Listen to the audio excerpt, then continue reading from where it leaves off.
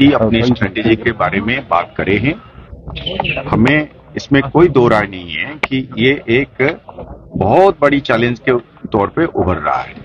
और ये भी कोई इसमें कोई दो राय नहीं है। पहले कई सारे अफसरों को भी हमारे मतलब सिक्योरिटी एस्टेब्लिशमेंट के बीच में भी कईयों को इस चीज के बारे में शक था कि क्या नारकोटिक्स और टेररिज्म आपस में जुड़े हुए। अब हमें कोई डाउट नहीं है, इन्वेस्टिगेशन आफ्टर इन्वेस्टिगेशन ये साबित कर चुका है। कोर्ट में अभी चार्जशीट फाइल हो चुके हैं जिसमें ये बिल्कुल क्लियर उभर के आया है कि नारकोटिक्स और टेररिज्म दोनों जुड़े हुए हैं, दो तरीके से जुड़े हुए हैं। जो पार बैठ के जो तंजीमें हैं उन्होंने, हम जब यहां से इन्वेस्टिगेट करते हैं हम पाते हैं कि जो वहां से कंसाइनमेंट से भेजी जाती है वो लोग कौन है, तो हमारा इन्वेस्टिगेशन जाके पहुंचता है कि एलईटी, खासकर एलईटी और अलबदर और भी इवन हिजबुल मुजाहिदीन, जैश का, ये सब लोगों का, ये जो वहां के जो हैंडलर्स हैं, जो टेरर कोऑर्डिनेटर्स हैं, वो लोग सप्लायर भी हैं। वो चेन बने वहां से शुरुआत होती है। और इसमें कोई दो राय नहीं है कि ये आता है, आने के टाइम में इसकी कीमत जो है घुसते वक्त किलो के हिसाब से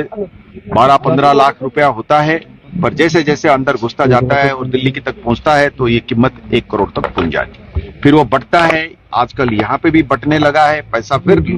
लोगों की जेबों से लिया जाता है, खून पसीने की कमाई को लिया जाता है, फिर वो आधा वापस जाता है, कुछ यहाँ खर्च हो जाता है। जब खर्च होता है तो इसलिए ये इसमें इसकी जो कनेक्शन है, ये कनेक्शन एक हिसाब से एकदम से साबित हो रखा है। अब आप अगर पूछते हैं कि इसमें रणनीति क्या है, स्ट्रेटेजी क्या है, देखिए इसमें मतलब कुछ चीजें तो हम स्ट्रेटेजी जो है हम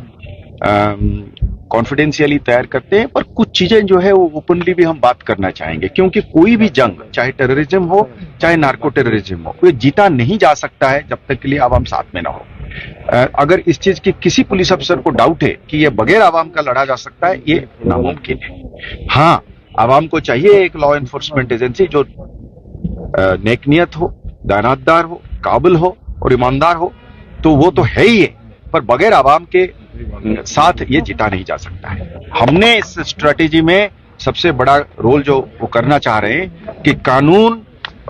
कानून बड़ा प्रोसीजरल है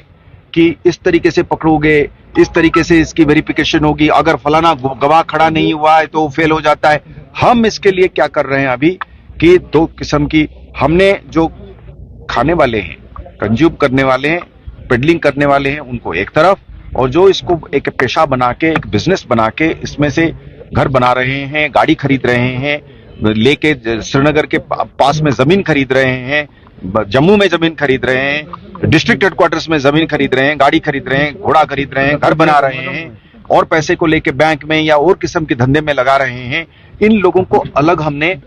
चिन्हित करने लग गए हैं। हम इसको डिस्ट्रिक्ट वाइज अलग से चिन्हित करेंगे, और जब हमारी और कार्रवाई शुरू हो गया है, आपने देखा होगा कि सांबा पुलिस ने बढ़ चढ़कर इसमें रोल अदा करा है। मैं उम्मीद करूंगा मेरे बाकी जिले जो हैं, एसएसपीज हैं, उन्होंने सांबा की मिसाल को देख रहे हैं, और हम चाहेंगे कि उनकी उसी तरीके का मतलब मॉडल को फॉलो करें। उनकी घर पर, उनका घर को कुर्की करना, उनकी बैंक अकाउंट को फ्रीज करना, उनके ऊपर आईटी की हमले करना, इन्फोर्समेंट डायरेक्टोरेट के जरिए उनके प्रॉपर्टी की हिसाब किताब करना, ये सब चीजें जो है फॉलोअप होगा। हमने उस पैसे को लेकर उनको हजम नहीं होने देंगे। जब पैसा आप कमाते हैं, घर बना नहीं सकते हैं, मकान नहीं बना सकते।